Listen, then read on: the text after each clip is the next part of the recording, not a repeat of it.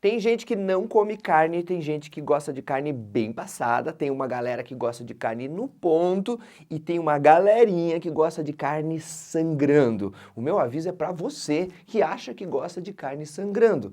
Aquilo que escorre da carne mal passada não é sangue. Sim, nós somos animais de circulação fechada e, portanto, o nosso sangue corre exclusivamente dentro de vasos sanguíneos e capilares sanguíneos. Aquilo que escorre de dentro das células musculares, que popularmente a gente chama de carne, é um composto chamado de mioglobina. Ele tem a função de arrancar o oxigênio da hemoglobina sanguínea e puxar para dentro da célula muscular. Quer aprender biologia? Me segue!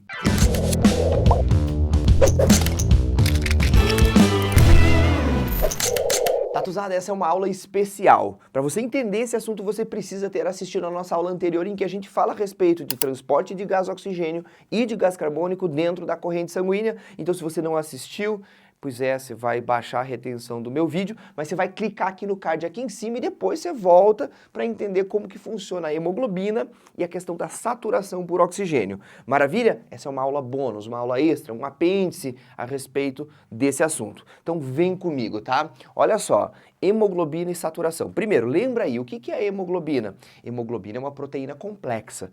Por que complexa, prof? Porque ela é formada por elementos diferentes. Então ela tem cadeias proteicas, são 4 cadeias proteicas, e tem essas chapinhas aqui no meio que a gente chama de grupamentos M, que eu já vou discorrer a respeito deles com vocês. Mas beleza, é uma proteína complexa que transporta O2, gás oxigênio, e CO2, gás carbônico, na corrente sanguínea. Você tem que saber da estrutura de uma molécula de hemoglobina? Talvez, presta atenção.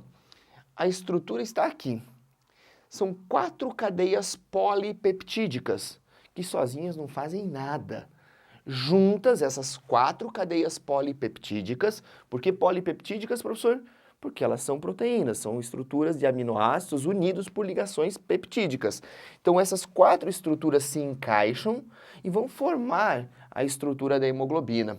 Beleza? Então você tem 2 cadeias chamadas de alfa, 2 cadeias chamadas de beta. Não se preocupa se no seu material, no seu livro, tá as 2 alfa para baixo e as 2 beta para cima. Isso acontece porque é uma estrutura tridimensional. De acordo com o giro da molécula, o ponto de visão dessa molécula, você pode enxergá-la de maneiras diferentes. Mas tá aqui, ó, 2 cadeias polipeptídicas alfa, 2 cadeias polipeptídicas beta, e em meio a cada uma dessas cadeias nós temos os grupamentos M, que são estruturas nitrogenadas, tá? E no meio dessa estrutura aí, que está aparecendo na tela para você, nós temos um átomo de ferro, beleza?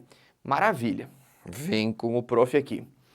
Eu trouxe para a nossa aula 2 gráficos importantes que explicam a respeito de saturação da hemoglobina. Mas primeiro você tem que entender o que é esse lance de saturação. Olha aqui, tá vendo essa hemoglobina aqui? Cada grupamento M que ela tem carrega uma molécula de O2. Vamos lá. Se essa hemoglobina estiver carregando 1, 2, 3, 4 O2, ela está 100% saturada. Concorda comigo? Se ela estiver levando 1, 2, 3 e um grupamento M não tem oxigênio, ela está 75% saturada. Ela pode estar 50% saturada, ou 25% saturada, ou 0% saturada. Professor, mas quando a gente mede a nossa saturação sanguínea e está em 98, 97, como que isso acontece? Isso é uma média de saturação, porque você vai ter várias hemoglobinas a 100% e algumas poucas a 70 e poucos, e aí na nossa média vai fechar uns 95, 96, 97, 98, dependendo da sua situação de saúde no momento. Beleza? Agora presta atenção. Nesses 2 gráficos, nós temos aqui no eixo Y a saturação por gás oxigênio em porcentagem. 20%, 40%, 60%, 80%, 100%, mesma coisa aqui embaixo.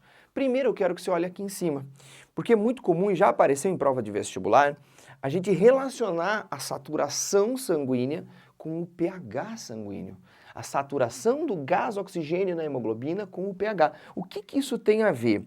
Na aula anterior, se você bem lembra, a gente estudou que as células em atividade, vamos dar exemplo de novo do músculo, um músculo lá em atividade ele está fazendo muita respiração celular. À medida que ele faz a respiração celular e vai rolando aquele negócio chamado de ciclo de Krebs, essas células vão liberando CO2, gás carbônico. O gás carbônico, lembra aí, reage com água, forma ácido carbônico, e esse ácido carbônico, como é um ácido, ele se dissocia liberando H+. H+ é hidrogênio livre, na forma iônica. E aí tem uma coisa bem legal. O hidrogênio ataca as moléculas de hemoglobina e arranca o O2. Então, o gás oxigênio está ligado lá na hemoglobina, quando o hidrogênio chega, ó, pá, ele sai daqui, O2, e ele entra no lugar.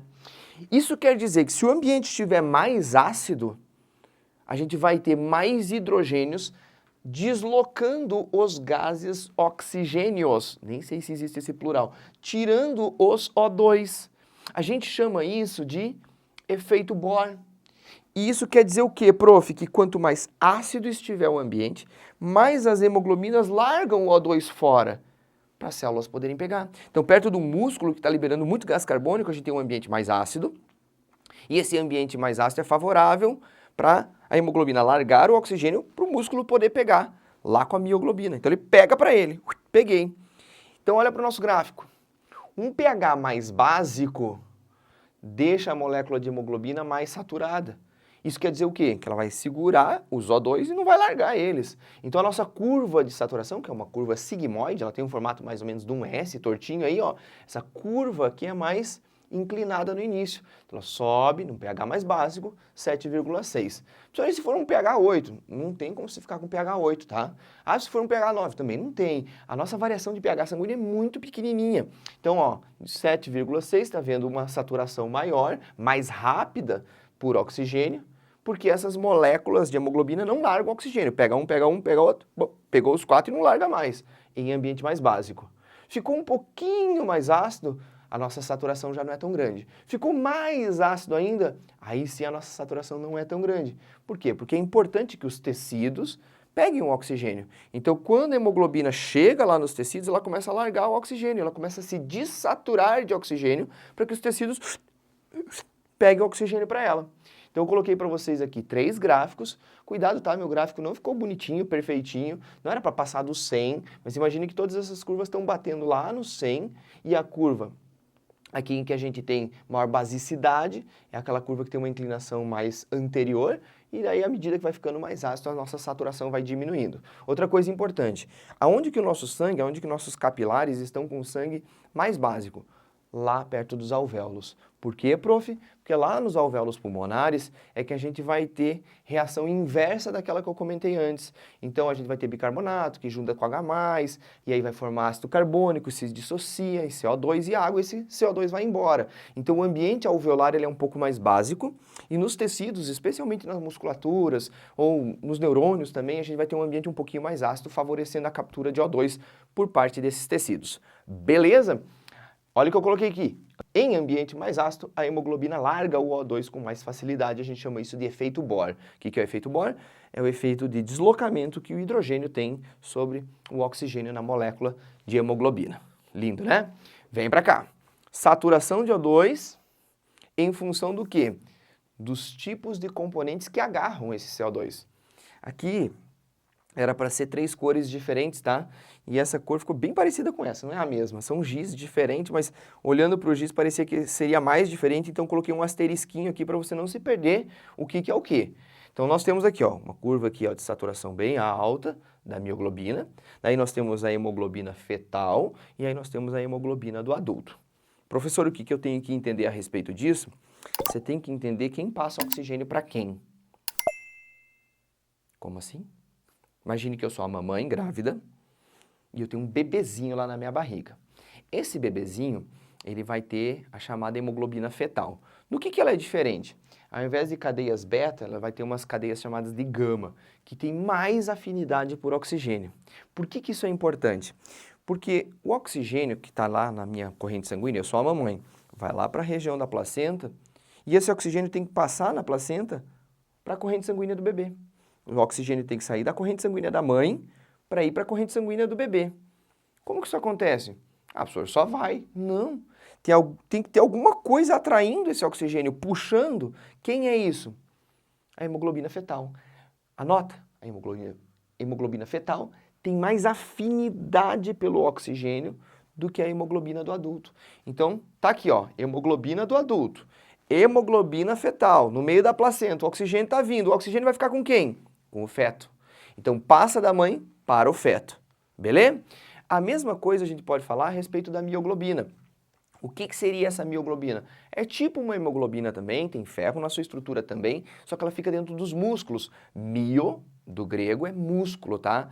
Ah, professor, eu pensei que era minha globina. Não, mio é músculo. Então, quando o sangue vem lá na região dos músculos, os capilares começam a entrar lá nos músculos, você tem as hemoglobinas cheias de oxigênio, já soltando parte desse oxigênio, mas as mioglobinas aqui dentro tem mais afinidade e pegam o oxigênio, arrancam o oxigênio da hemoglobina. Isso serve para facilitar a passagem para os tecidos musculares de oxigênio, porque, cara, tecido muscular precisa de uma demanda muito grande de oxigênio, muito mais que qualquer outro tipo de tecido, especialmente no momento do exercício físico. Então, a saturação da mioglobina é mais alta. Beleza?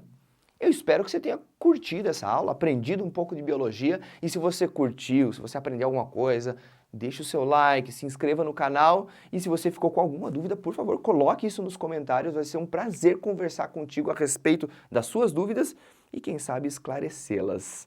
Tamo junto? Fica aí que eu tenho um recado final para você. Eu quero te dizer que antes de aprender biologia, química, física, história, matemática, qualquer disciplina que seja, se você está buscando um concurso ou está buscando um vestibular muito concorrido, você tem que, antes de mais nada, aprender a gostar de estudar. É isso que você tem que aprender. Você tem que olhar para o seu conteúdo, para aquilo que você aprende com prazer. Você tem que encontrar no seu aprendizado felicidade. Terminar o seu dia de estudos pensando, que maravilha, eu aprendi. A partir desse momento, com certeza, o teu resultado vem.